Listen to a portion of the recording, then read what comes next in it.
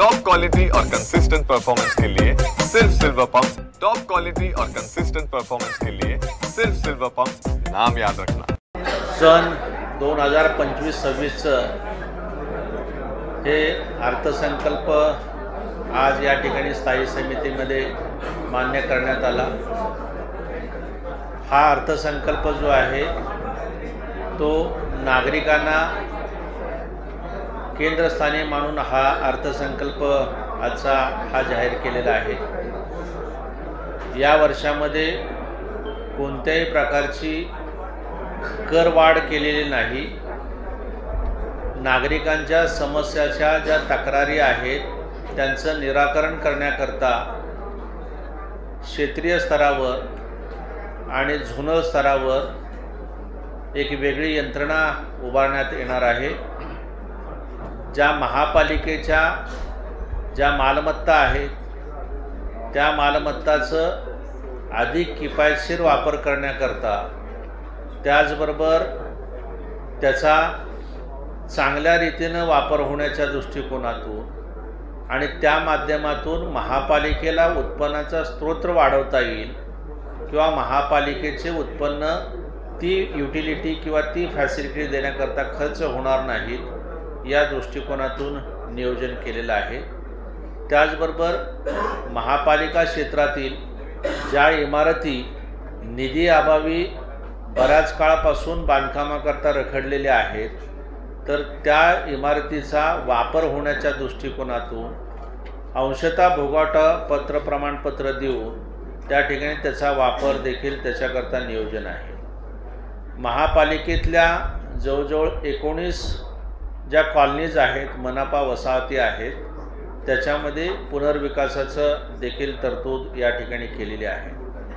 पुणे शहराच्या दृष्टिकोनातून जे ट्रॅफिक प्लॅन जो आहे, ट्रॅफिक सेल जो आहे तो कार्यान्वित करण्यात येणार आहे आणि जे 33 आर्टेरियल रोड जे आहेत ते आर्टेरियल रोडचं बिलिंग करणं, रिसर्फेसिंग करणं आणि खड्डेमुक्त करणं या दृष्टिकोनातून नियोजित केलेलं आहे।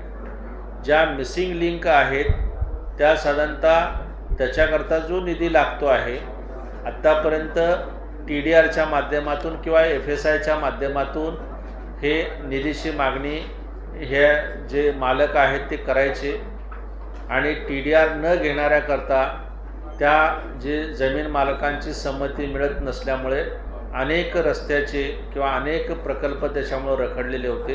ह्यावेळेस प्रथमतःच त्याकरता 200 कोटीपेक्षा अधिक निधी हा ह्या भूसंपादनाच्या मोबदल्यापोटी देण्याकरता ठेवलेला आहे की जेणेकरून त्या जागा ज्या आहेत त्या महापालिकेच्या ताब्यात येऊन त्या ठिकाणचे रस्ते हे होतील, त्या दृष्टिकोनातून हे केलेलं आहे। यावर्षी जे अमृत महोत्सवी वर्ष आहे आणि अमृत महोत्सवी वर्षाच्या निमित्तानं अमृत महोत्सवी पुणे आरोग्य अभियान हे राबवण्यात येणार आहे आणि त्याच्याकरता जे आहे की डिस्पेन्सरी अपग्रेडेशन आहे, वेगवेगळ्या TB ॲनेमियाच्या मुक्तीच्या दृष्टिकोनातून आहे, तर हेल्थच्या ॲस्पेक्टमध्ये हे नागरिकांच्या दृष्टिकोनातून हे अमृत महोत्सवी पुणे आरोग्य अभियान देखील राबवणार आहे। याचबरोबर जे शहरामध्ये अनेक ज्या कुत्रे आणि यांचा जो प्रश्न आहे त्याच्याकरता सुद्धा झोन आहे त्या ठिकाणी पॉइंट्सची देखील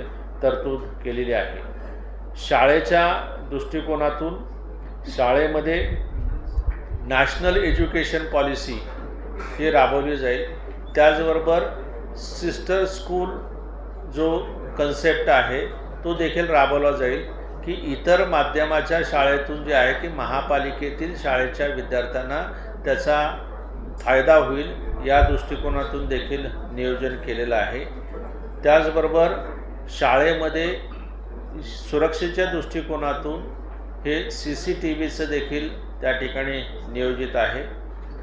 एंटायरली शहरामध्ये आगीचं प्रमाण, लोकसंख्येचं प्रमाण, रस्त्याची परिस्थिती लक्षात घेता फायर ब्रिगेडचं बळकटीकरणच्या दृष्टिकोनातून देखील नियोजन केलेलं आहे।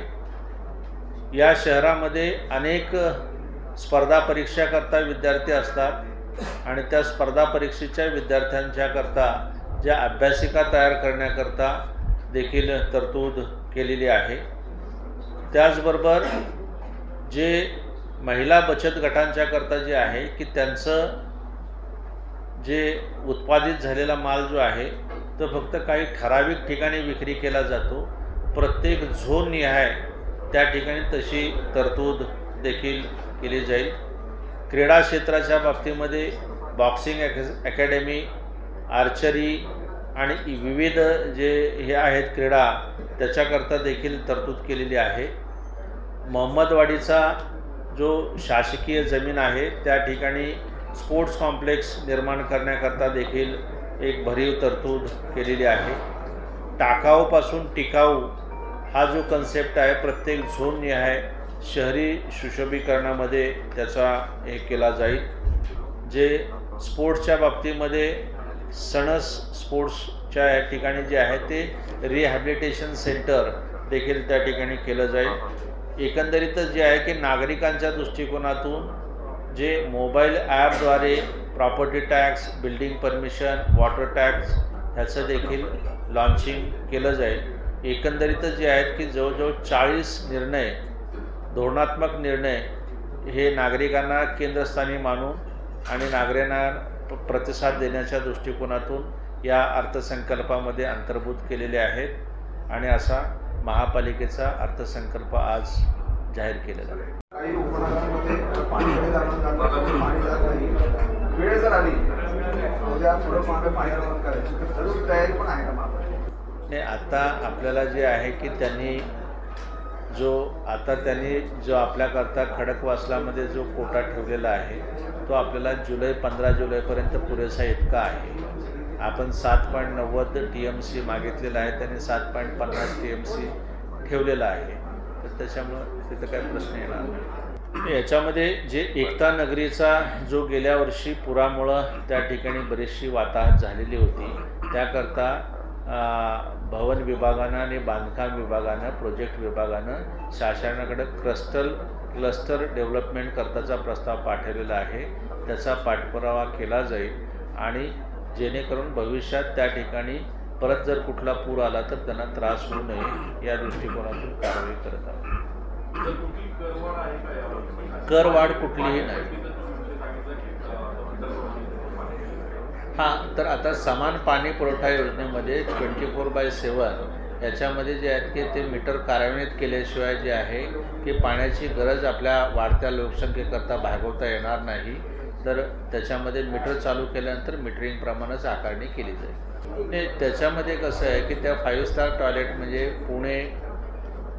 पुण्याला येणारे मुंबईकडून, सोलापूरकडून, नगरकडून, सातारा साईडनं, तर त्या ठिकाणी जे आहेत की येणारे जे आपल्याकडं जे हे आहेत लोक आहेत त्यांच्याकरता तिथे क्लोकरूम असणं, चांगल्या पद्धतीच्या ह्याच्या सुविधा असणं, त्याचं सामान तिथं ठेवता येईल, त्याला वॉश घेता येईल, अशा दृष्टिकोनातून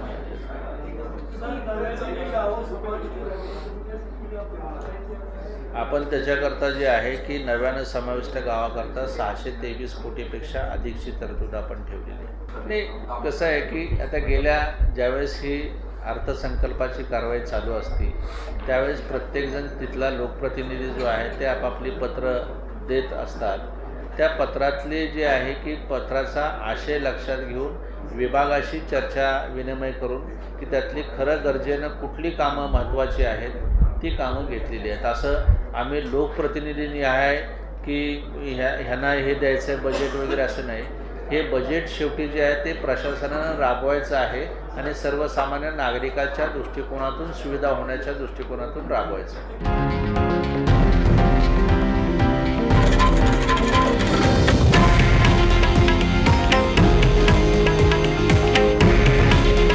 हे आहे देशातील नंबर 1 न्यूज नेटवर्क आणि आपण पाहत आहात TV9 मराठी। काळजी तुमची, हित महाराष्ट्राचं।